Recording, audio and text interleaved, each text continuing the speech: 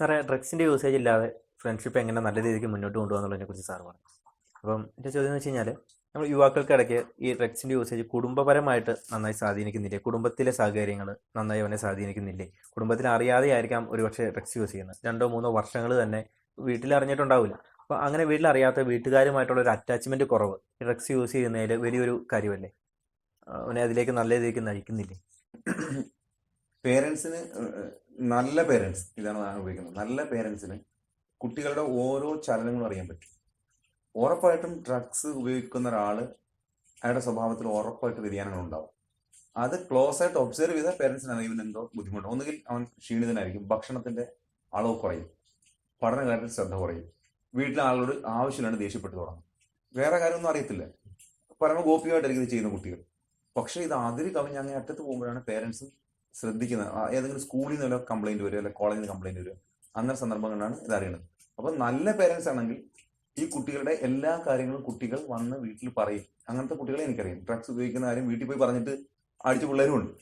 അപ്പോൾ ഇവിടെ ഞാൻ ഡ്രഗ്സ് ഉപയോഗിക്കുന്ന ആളിനെക്കാട്ടിൽ കൂടുതൽ ഞാൻ ഇവിടെ നിർത്തുന്നത് പേരൻസിനെ. ആ കുട്ടികളെ എന്തുകൊണ്ട് ഇത്ര സെൻസിറ്റീവായിട്ട് അവർക്ക് അറിയാൻ കഴിയുന്നില്ല. അറിയാമായിരുന്നെങ്കിൽ നേരത്തെ തന്നെ ഈ കാര്യങ്ങൾക്ക് ഒരു ഒരു പരിഹാരം ഉണ്ടായേനെ. പിന്നെ ചില കുടുംബങ്ങളിലെ പ്രശ്നം വെച്ച് കഴിഞ്ഞാൽ അച്ഛനൊക്കെ കഴിക്കുന്നുണ്ടാവും. എന്നിട്ട് ഈ അച്ഛൻ തന്നെ മക്കളോട് നിങ്ങൾ ഇതിനകത്ത് പോകരുതെന്ന് പറയും. അപ്പോൾ അച്ഛൻ്റെ റോൾ മോഡൽ ആവേണ്ട ആളാണ്. പിന്നെ അവരുടെ റിലേറ്റീവ്സ് ആരെങ്കിലും ഇത്തരം കാര്യങ്ങളിൽ ഇടപെട്ടിട്ടുണ്ടാവും. അപ്പോൾ നമുക്ക് ആകെ ചെയ്യാൻ പറ്റുന്ന കാര്യം, ഒന്ന് പേരൻസിനെ എഡ്യൂക്കേറ്റ് ചെയ്യുക, 2 കുട്ടികളെ എഡ്യൂക്കേറ്റ് ചെയ്യുക. നേരത്തെ ഒരു ചോദ്യം വന്നിരുന്നല്ലോ, ഫ്രണ്ട്ഷിപ്പിന് വേണ്ടിയിട്ട് പോയി പെടാം. അത് സത്യമാണ്. കുട്ടികൾക്ക് സൗഹൃദം എന്തിനാണ്? വീട്ടിൽ നിന്ന് വേണ്ടത്ര ഒരു പരിഗണന കിട്ടാണ്ട് വരുമ്പോൾ പരിഗണിക്കുന്ന കൂട്ടുകാരനൊപ്പം പോകും, സ്നേഹിക്കുന്ന കൂട്ടുകാരനൊപ്പം, പിന്നെ അയാൾ പറയുന്നതൊക്കെ ചെയ്തു തുടങ്ങും.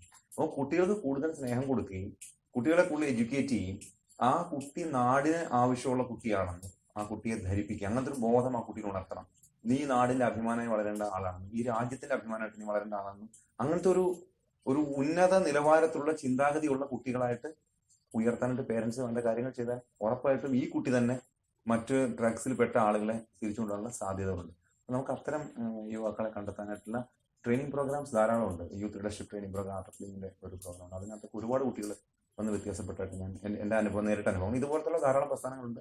എന്നിരുന്നാലും എൻ്റെ അനുഭവത്തിൽ ഞാൻ പറയാം, അങ്ങനത്തെ ധാരാളം കുട്ടികൾ തിരിച്ച് ജീവിതത്തിലേക്ക് വരികയും ഇത്തരം ആക്ടിവിറ്റിക്കെതിരെ അവർ പോരാട്ടങ്ങൾ നടത്തുകയും ഒരുപാട് സ്ഥലങ്ങളിൽ സ്കൂൾസിലും കൗൺസിലിംഗ് നടത്തുക, ഇതുപോലത്തുള്ള കുട്ടികളെ കൂട്ടിക്കൊണ്ടുവന്ന് നമ്മുടെ അടുത്ത് പേഴ്സണൽ കൗൺസിലിങ്ങും ആർട്ടിഫിഷ്യൽ മ്യൂസിക് പ്രോഗ്രാം കൊണ്ടുവന്നിട്ടൊക്കെ വലിയ തോതിൽ മാറ്റങ്ങൾ വരുത്തിയിട്ടുണ്ട്.